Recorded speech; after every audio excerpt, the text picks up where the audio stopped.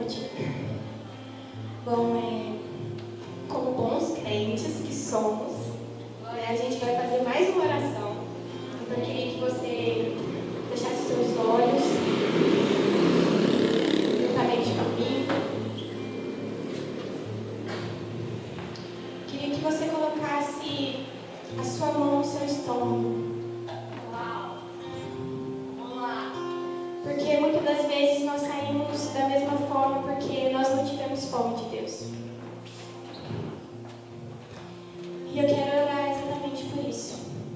Para que o Senhor nos dê fome essa noite. Para que nós venhamos sair diferentes. Que nós venhamos sair mudados, transformados pela sua palavra mais uma vez. Senhor, eu quero orar junto com meus irmãos para que o nosso estômago seja dilatado mais um pouco, Senhor. Deus, nós não queremos ser apáticos. Nós te conhecemos como pão vivo que desceu do céu. E nós queremos ter fome de você, das suas palavras. Então nos fira mais uma vez por fome de Deus. Nós queremos aprender. Nós queremos sugar tudo aquilo que o Senhor tem para nós. Mas por favor, Deus, nos ajude a responder à sua presença. Nos ajude a responder ao seu ensinamento. Que a sua vontade seja feita hoje aqui. Que o Senhor venha com a única necessidade que a humanidade tem, que é de um Messias. Nós precisamos das suas palavras, Deus. Então fale conosco, fale conosco. Abra os nossos ouvidos espirituais. Que os nossos olhos estejam fitados em Ti. Completamente cativados pelo Senhor essa noite. E que quando sair daqui, o Senhor nos dê capacidade para digerir tudo que o Senhor está fazendo e irá fazer nessa noite. Nós te glorificamos, Pai. Me dê capacidade, Deus, me dê capacidade. Muito obrigada. Amém. Amém? Deixa eu beber aqui, Tiago.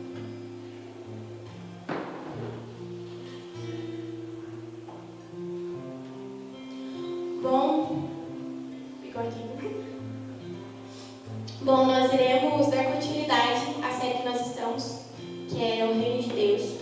Nós estamos chegando ao fim. Mas eu acredito muito que todo mundo teve uma pregação marcante, todo mundo teve uma palavra que veio como uma flecha no coração. Mas não acabou. Espero que essa palavra também seja como uma flecha no seu coração. E hoje nós vamos falar sobre a parábola das 10 virgens. Muito conhecida. Muito conhecida. Só que antes de nós lermos, se vocês quiserem já abrir para adiantar vocês, é Mateus 25. E antes de nós lermos, nós vamos entender algumas coisas para que faça sentido aquilo que Deus quer comunicar conosco através dessa parábola, ok?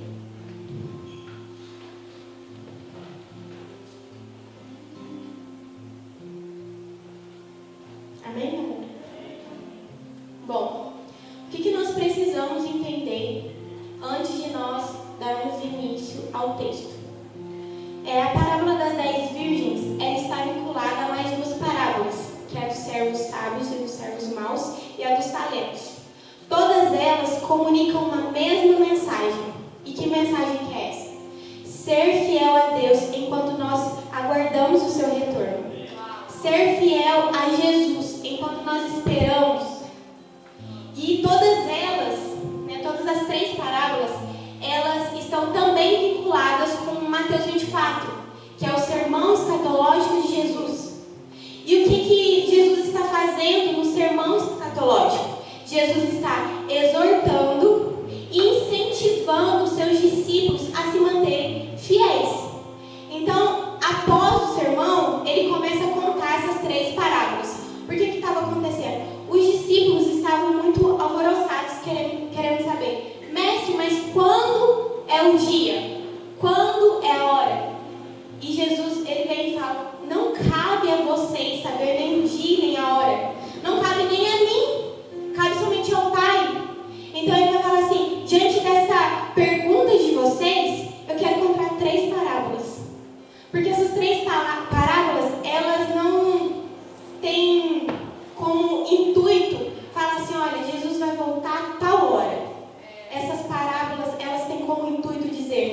Enquanto você espera, faça algo. Seja fiel ao Senhor. Seja fiel enquanto pacientemente você espera o seu retorno. E aí, eu queria só falar rapidinho o que é parábola. Nós já aprendemos no primeiro sermão, só para nós situarmos, eu acredito que tem algumas pessoas que não ouviram. Mas parábola, ela deriva de duas palavras no grego. Eu não vou ser ousada de falar, óbvio, né? Mas elas têm um significado literal de colocar ao lado. Então, o que Jesus está fazendo? Jesus está pegando duas coisas, colocando uma do lado da outra, porque elas têm significados semelhantes, elas são iguais em algum aspecto. Então, Jesus nos conta uma história para que nós venhamos entender o peso espiritual, o peso do que Ele quer que nós venhamos aprender. Então, Jesus ele começa o seu sermão assim: o reino de Deus é semelhante a... Então, o que ele está fazendo? Comparando uma história ao reino de Deus. E a parábola, ela tem algo muito particular, como nas outras. Ela propõe um estilo de vida. Então, o que ela está querendo dizer para nós? Olha, existe um estilo de vida para aquelas pessoas do fim. Existe um estilo de vida que você precisa seguir. Existe uma maneira de viver. Enquanto Jesus não volta, existe uma maneira em que você precisa se comportar, você precisa se posicionar. E é exatamente o intuito da parábola. Olha, eu estou dando para vocês uma chave de como vocês devem viver enquanto vocês esperam a minha vinda. E aí tem uma frase do Leonardo Henry, tá com muito medo de falar, que vai falar o seguinte: assim que você morrer, saberá como deveria ter vivido. Meu Deus. Eu não quero morrer para saber como eu deveria ter vivido. E existe uma outra frase dele que vai falar assim: se você tivesse a oportunidade de estar 5 minutos na eternidade, você teria sacrificado mais, você teria amado mais, você teria orado mais. Então, que nós não precisemos, que Jesus nos ensina para que nós sejamos convencidos a ter um estilo de vida que reflete o fim, mas que a gente já esteja consciente, que a gente já esteja preparado, que o nosso estilo de vida já seja agora. Amém?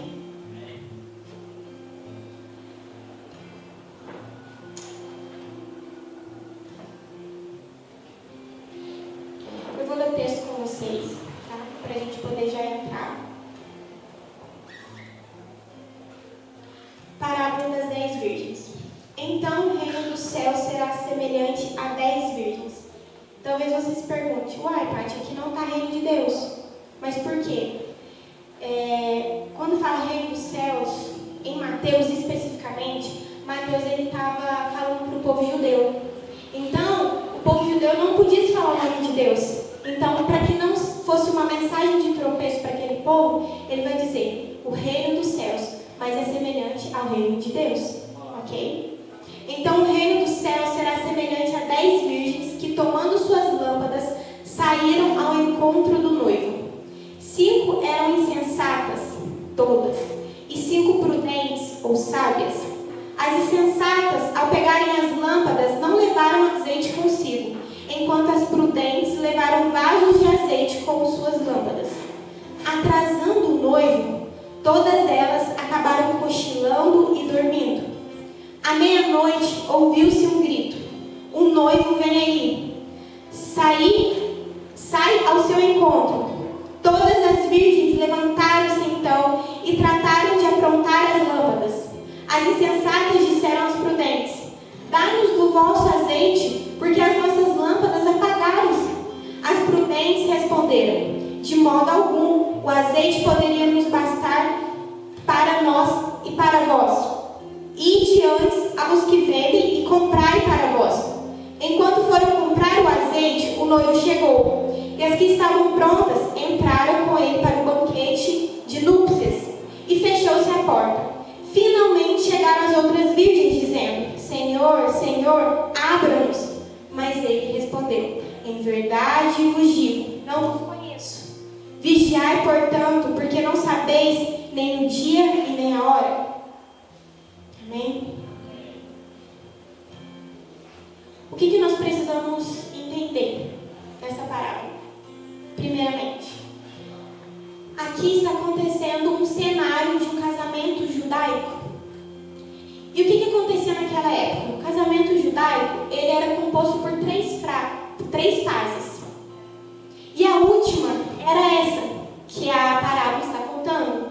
Era o momento onde ia acontecer o banquete nupcial, ia ser encerrado o noivado, e a partir desse momento, os noivos iam poder morar juntos, ficarem juntos. De fato, começaria o casamento. E o que acontece? Naquela época, quando nós ouvimos virgens, na verdade, não era por conta de virgindade ou nada do tipo. Era porque era uma maneira de chamar as moças solteiras. Então, as 10 virgens são 10 madrinhas, 10 moças solteiras. E elas tinham um papel muito importante, porque elas ficavam com a função de iluminar, de acompanhar o noivo até o lugar do banquete nupcial. Só que o que acontece? Todas elas estavam com suas lâmpadas. Elas têm algo em comum? Sim, todas elas possuíam lâmpadas. Mas algo entre elas a diferia uma das outras.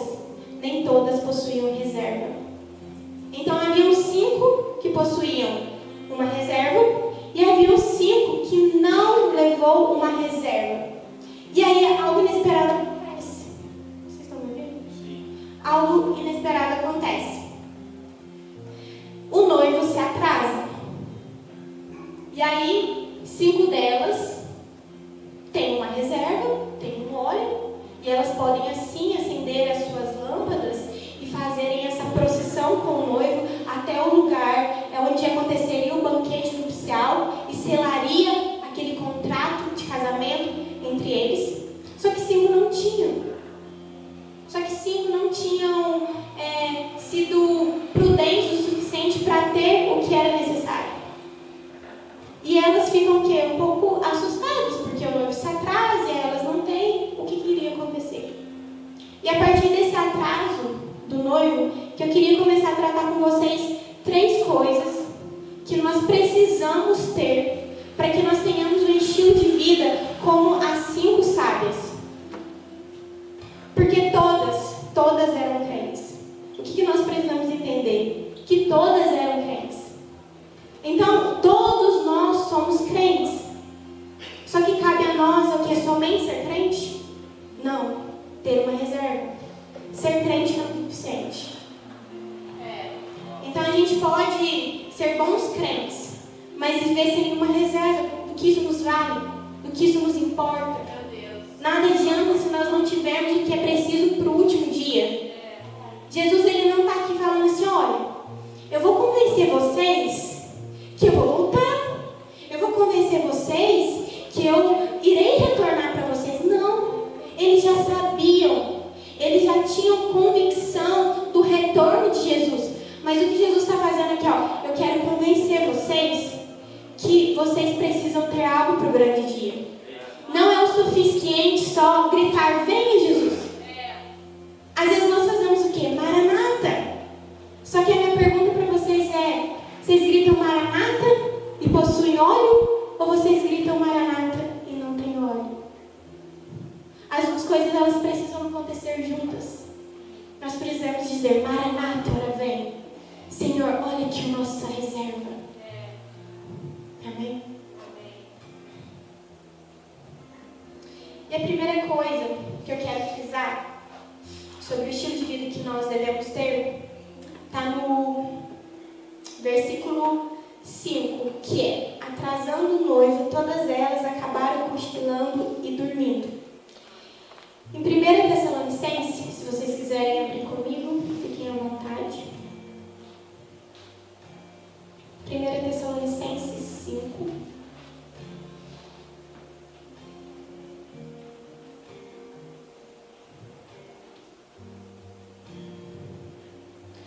Vós, porém, meus irmãos, não andais em trevas, de modo que esse dia vos surpreenda como ladrão. Pois todos vós sois filhos da luz e filhos do dia. Não somos da noite nem das trevas. Portanto, não durmamos a exemplo dos outros, mas vigiemos e sejamos sóbrios. E o que nós precisamos entender? Deus espera um estilo de vida de pessoas sóbrias, de pessoas que não dormem, de pessoas que não se surpreendem por talvez estar atrasando o grande dia. E aqui a palavra durmamos, ela tem como significado cair em preguiça espiritual, ser indiferente. Meu Deus. Então o que Jesus está dizendo para nós essa noite, não tenham um estilo de vida de quem é indiferente. Nós não podemos ser pegos em um lugar de preguiça espiritual. Nós precisamos ser ativos, nós precisamos ter uma prontidão quando se fala do Evangelho. Nós não podemos deixar com que a preguiça faça com que nós não tenhamos aquilo que é necessário. E, gente, preguiça é pecado. Nós precisamos vencer a barreira da preguiça e da procrastinação. O Senhor, Ele não está procrastinando a sua vida. Nós precisamos entender isso. O Senhor, Ele não está assim, nossa, que trampo voltar, hein? Vamos esperar mais um pouquinho. Não. Jesus está pacientemente esperando o dia em que o Pai vai enviá-lo à terra. Então, o que nós precisamos fazer? Nós precisamos romper essa barreira de preguiça espiritual. E às vezes até mesmo, gente, eu quero dar algo prático aqui para vocês. Às vezes a nossa preguiça espiritual, ela reflete uma preguiça natural. Então, às vezes, sabe aquela mania de, cara, o sapato nunca é ali. Mas por que você não tira? Porque você fala assim, não, daqui a pouco eu tiro. Ou tipo assim, mas que preguiça de tirar. A gente precisa anular essas coisas na nossa vida para que elas não formem um caráter preguiçoso em nós e assim nós sejamos com Deus. E a preguiça, o que ela fala? Ela fala de uma indiferença. Nós não podemos ser indiferentes ao grande dia de Deus. Nós precisamos nos importar e nos portar como de fato nós somos filhos da luz, mantendo a sobriedade. Nós andamos na luz. Não tem porquê vivemos dispersos. O próprio Espírito, a própria palavra se encarrega de iluminar o nosso caminho, para que nós saibamos para onde ir, o que fazer, como se portar, como se mover. Então que nós não sejamos indiferentes aos ensinamentos de Jesus. E a segunda coisa que eu quero falar para vocês é sobre prudência. Versículo 8 e 9. As insensatas disseram aos prudentes: dai-nos do vosso azeite, porque as nossas lâmpadas apagaram-se. As prudentes responderam: de modo algum o azeite poderia não bastar para nós e para vós. Prudência vai falar sobre nós temos um propósito, nós entendemos que existe um trajeto e nós possuímos recursos necessários para isso. Então o que o Senhor está dizendo? Vocês sabem que devem chegar a um lugar. Vocês sabem que o propósito é a minha vinda. Então se preparem para que vocês tenham recursos necessários para esse dia. Eu queria ir com vocês lá na história de José. Gênesis 41, muito conhecida. Faraó teve um sonho e ninguém conseguia interpretar. Então, falaram assim, tem um cara lá na prisão que ele interpretou o meu sonho.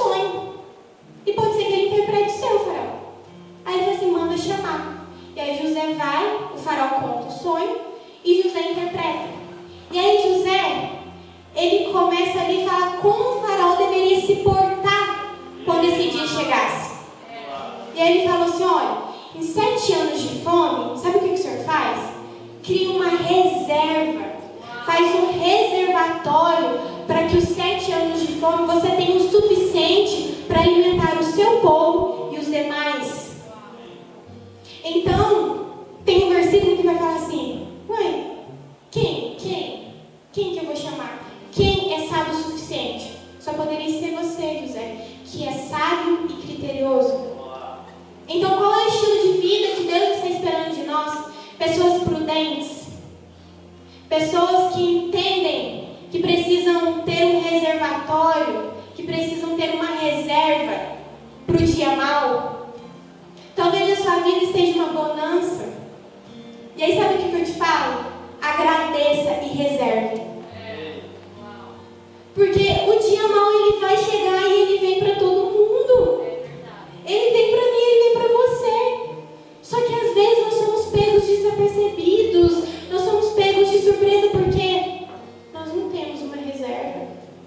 Por conta da nossa preguiça espiritual e por causa da nossa indiferença. Nós precisamos ser sábios e criteriosos como José. Antes de acontecer, ele já tinha um plano traçado. Antes da vida de Jesus, nós precisamos já ter um plano traçado. Do que de prudência. Senhor, nós estamos aqui. Nós entendemos que esse dia irá chegar. Mas nós estamos nos posicionando para ter aquilo que é necessário para esse dia. A gente não está desligado. A gente precisa estar atento. Amém? A terceira coisa que eu queria falar com vocês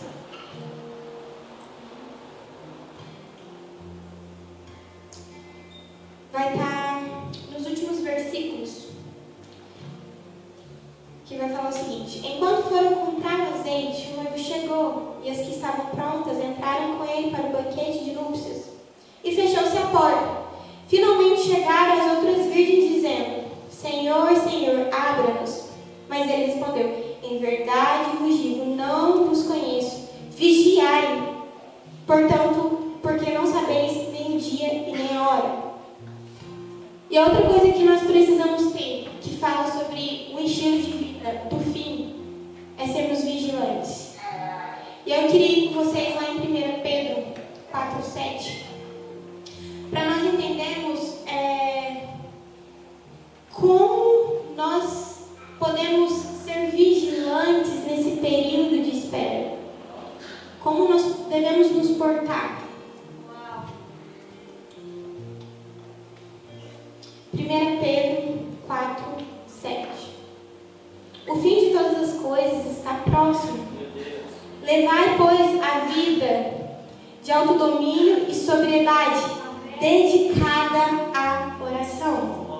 E aí, eu quero... Vocês não precisam abrir, eu só vou em Mateus 26, para a gente entender o que Jesus quer falar conosco, eu vou fazer uma citação.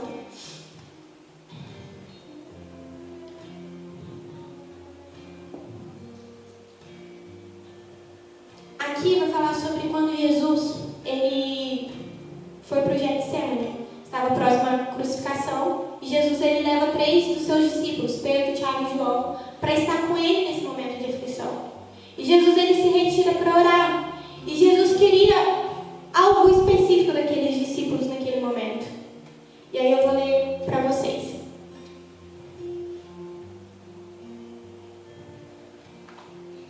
E ao voltar para junto dos discípulos, encontrou-os adormecendo. E diz a Pedro: como assim? Não fostes capaz de vigiar comigo por 1 hora? Vigiai e orai, para que não entreis em tentação, pois o espírito está pronto, mas a carne é fraca. Em 1 Pedro, ele vai dizendo assim: olha, sejam sóbrios, sejam sábios, criteriosos e dediquem-se à oração. E vigiem. E aí, quando nós olhamos para Mateus 26, Jesus fala assim: ei, eu chamei aqui vocês para adormeceram. Vocês não conseguem vigiar comigo nem sequer por 1 hora. E ele fala: vigiem e orem. Porque o espírito está pronto, mas a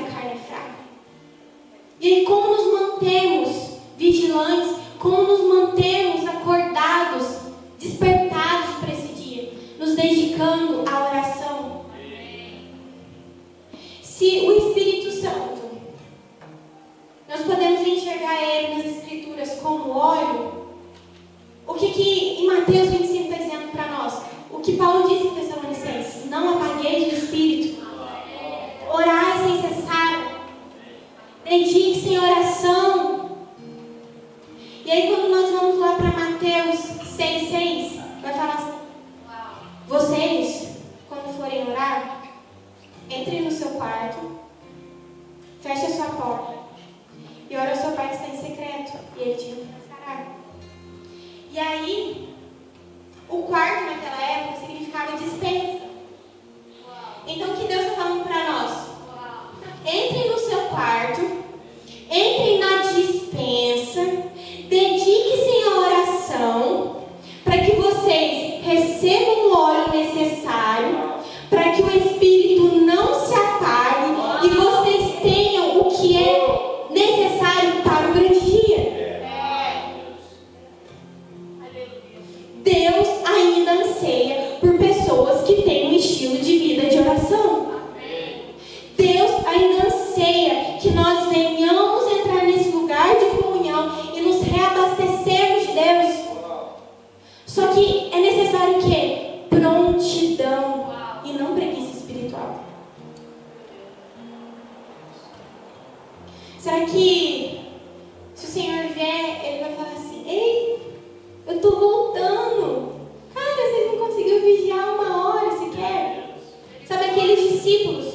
Eles foram chamados para vigiar antes da crucificação. E nós somos chamados para vigiar antes de ver Jesus glorificado vindo dos céus. Então levantem os que dormem. Levante-se.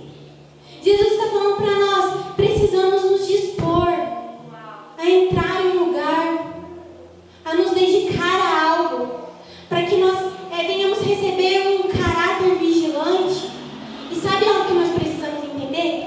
Ser vigilante não é estar inquieto, mas é ter o que é necessário.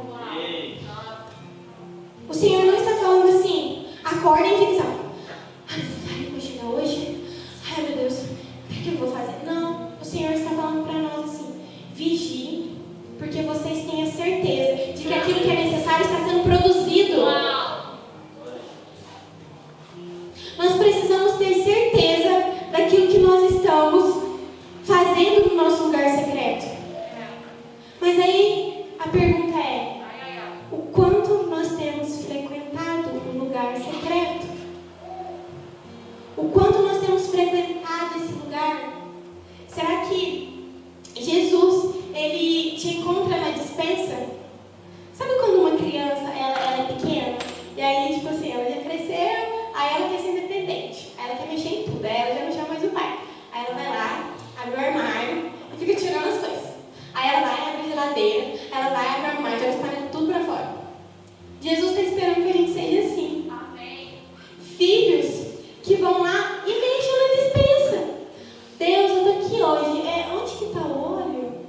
Sabe o que é? Que eu preciso ter uma reserva.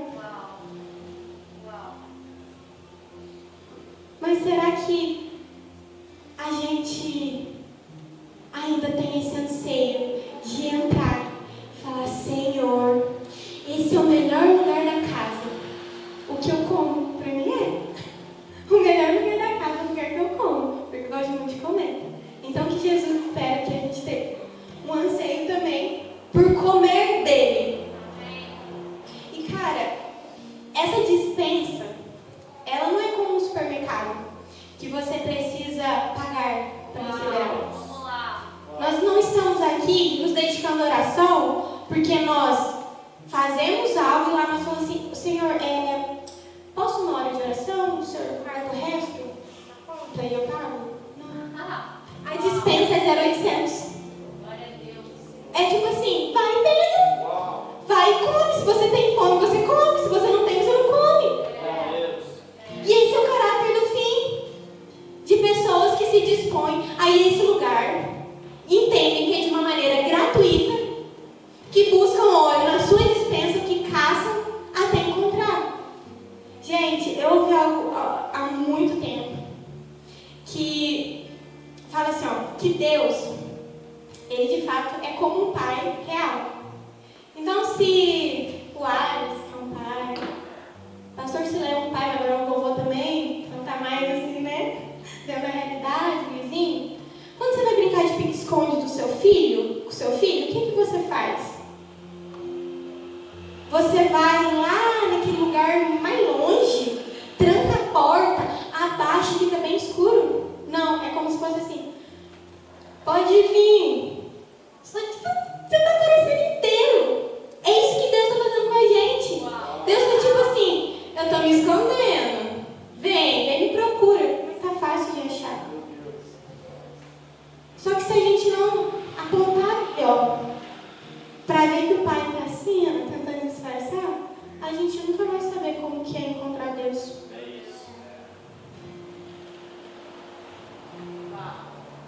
A gente precisa se dedicar mais. Porque 5 minutos na eternidade vai falar para nós, sacrifique mais, ore mais, ame mais. Como eu disse no começo. E é isso que Deus está esperando de nós. Pessoas vigilantes, pessoas prudentes, pessoas dedicadas à oração, pessoas que amam entrar na despensa, pessoas que não são indiferentes e que lançam fora a preguiça espiritual porque a gente tem medo.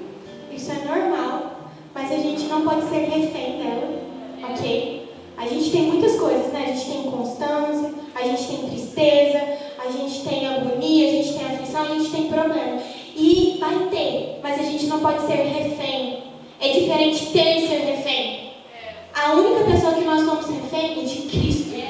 Porque nós escolhemos ser o escravo de orelha furada. Porque nós escolhemos falar assim, Jesus, pode nos prender em você. Nós queremos ser seus escravos. Pode nos prender em você. E a gente não precisa ter medo disso, porque isso não é autoritarismo, isso é liberdade. O reino de Deus é liberdade.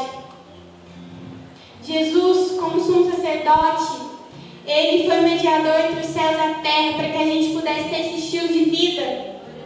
E o próprio Jesus, ele teve esse estilo de vida. Jesus sabia que ele precisava se preparar para a crucificação. Jesus, quando ele era pequeno, encontrou lá na sinagoga, foi porque é legal? Ah, Jesus estava lá na sinagoga. Não, ele entendia o propósito dele, que ele falou assim, estou juntando meus recursos para a crucificação, para aquele grande dia. E nós estamos juntando recursos para a nossa glorificação, para o grande dia.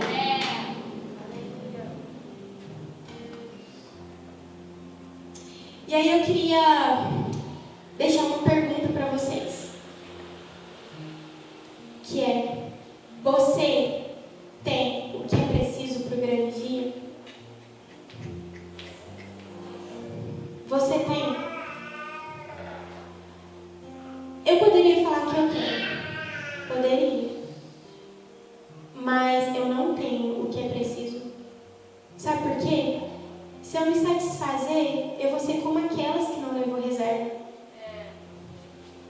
Então, o que eu tenho não é o suficiente. Eu preciso de mais. A gente não pode ir para o grande dia pensando assim, isso aqui vai dar. Não. A gente precisa assim, eu vou conquistar, eu vou ter até que ele venha. E se sobrar, glória a Deus. Mas eu quero ter em abundância.